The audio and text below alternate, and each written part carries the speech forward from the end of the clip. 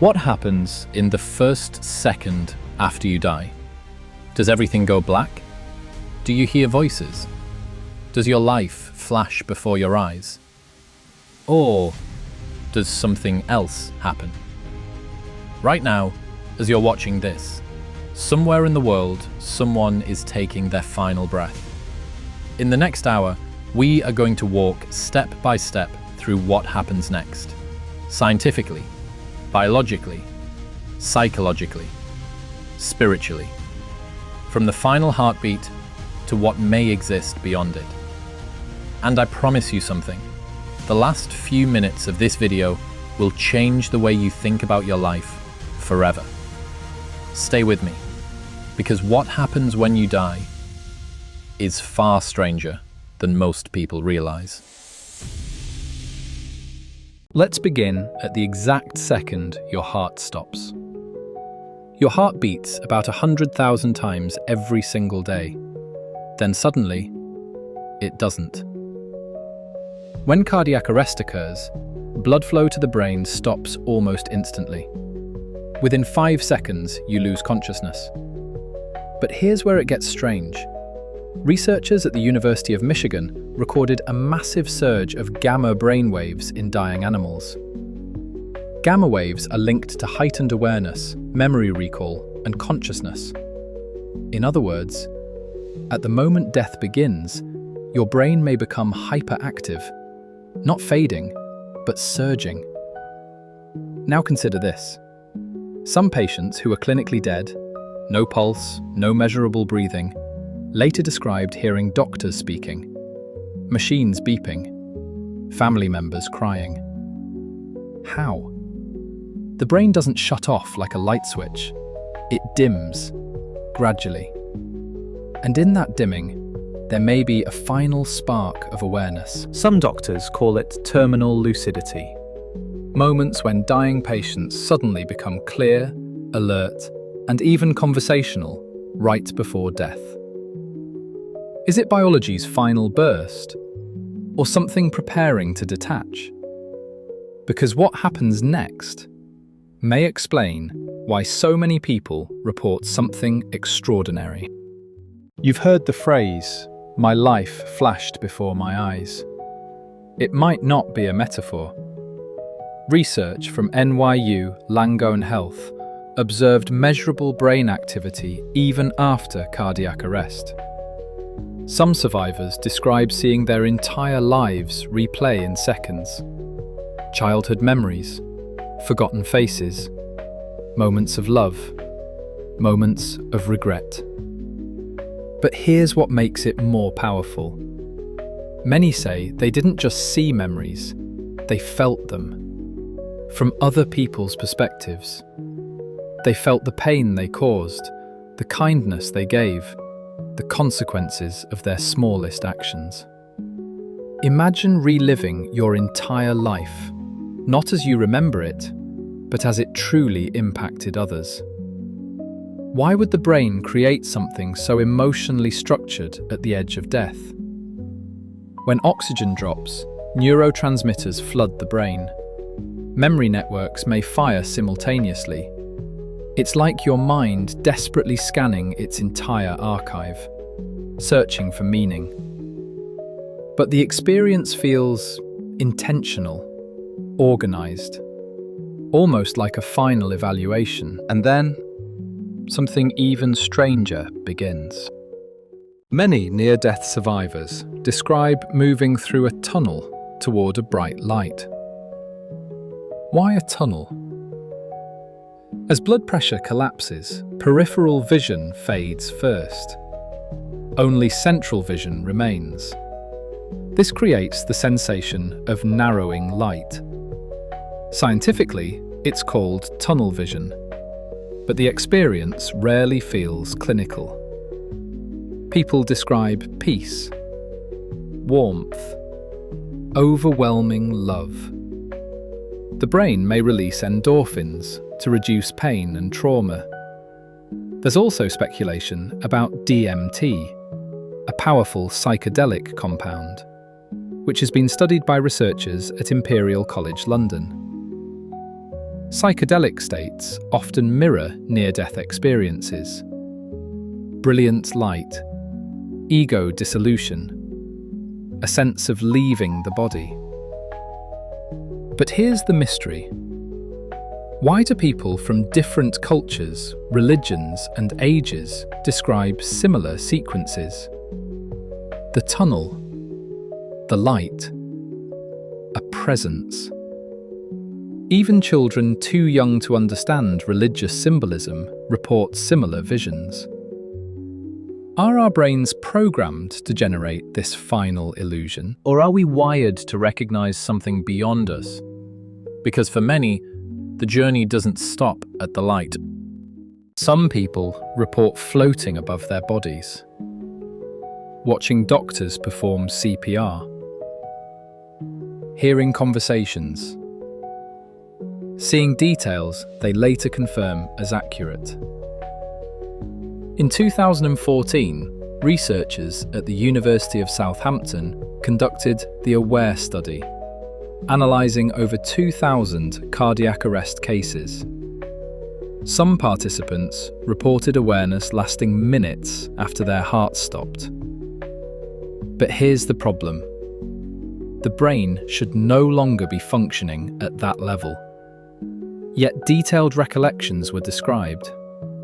Some patients even reported seeing objects placed high in rooms, details allegedly verified later. Skeptics argue memory reconstruction or coincidence. Supporters argue something else may be occurring. In controlled hospital experiments, hidden images were placed above eye level to test out-of-body claims. Results remain debated, but the question lingers. If consciousness depends entirely on brain activity, how can awareness persist when measurable activity appears gone? Science does not yet have a definitive answer, and that uncertainty makes this chapter one of the most controversial in modern medicine. While these experiences unfold, your body is undergoing irreversible change. Within minutes, cells begin dying without oxygen. Brain cells deteriorate within 4 to 6 minutes. After roughly 20 minutes without intervention, survival becomes extremely unlikely. Then come the physical stages. Rigor mortis, muscles stiffen. Livor mortis, blood settles due to gravity. Alga mortis, body temperature drops. The biological process is precise, predictable, clinical. But here's something unsettling. Even after brain activity flatlines on standard monitors, microscopic cellular processes can continue briefly. Some genes activate after death. Yes, certain genes involved in stress and inflammation have been observed switching on hours later. Death isn't a single moment. It's a process, a gradual unraveling. The body shuts down step by step. But whether consciousness fades in the same linear way remains unknown. For thousands of years, humans have tried to answer this question. In ancient Egypt, the soul faced judgment. In Christianity, heaven or hell awaits. In Buddhism, rebirth continues. In Tibetan tradition, the Bardo describes a transitional state after death, detailed in the Tibetan Book of the Dead. What's fascinating is how closely some near-death experiences mirror these ancient writings. Bright light, spiritual beings, life review, peace beyond words. Across continents and centuries, similar themes appear. Why? Is it cultural conditioning? Or something universal in human consciousness? Even people with no strong religious belief often describe profound spiritual sensations during near-death events. Perhaps belief shapes interpretation, but the core experience seems strikingly consistent. And that consistency keeps scientists, theologians, and philosophers debating to this day. Here's the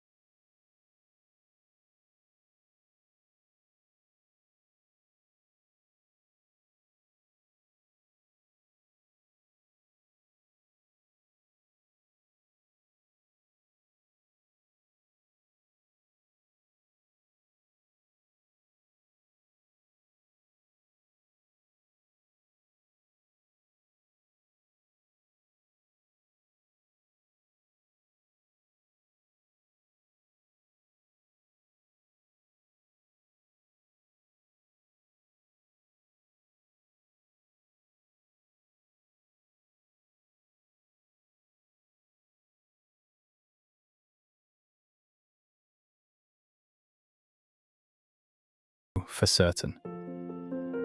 Every heartbeat you feel right now is temporary. Every breath is borrowed time. Whether death is darkness, light, rebirth, or something beyond human comprehension, it changes how we should see this moment. Because one day, your heart will beat for the last time. But that day is not today. Right now, you are alive. Your brain is firing.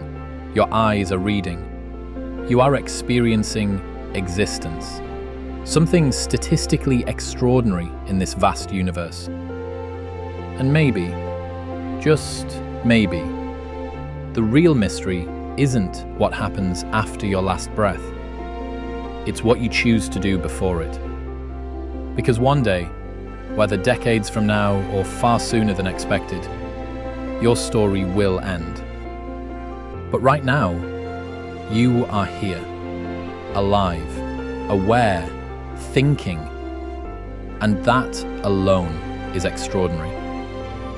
So if this video made you pause, if it made you reflect, if it changed even one small way you see your life, then stay with us. This channel explores the biggest questions humans have ever asked.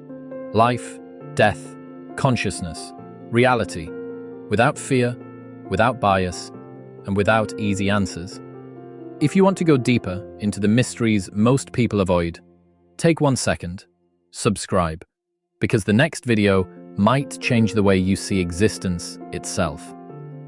And until then, don't wait for the end to start living.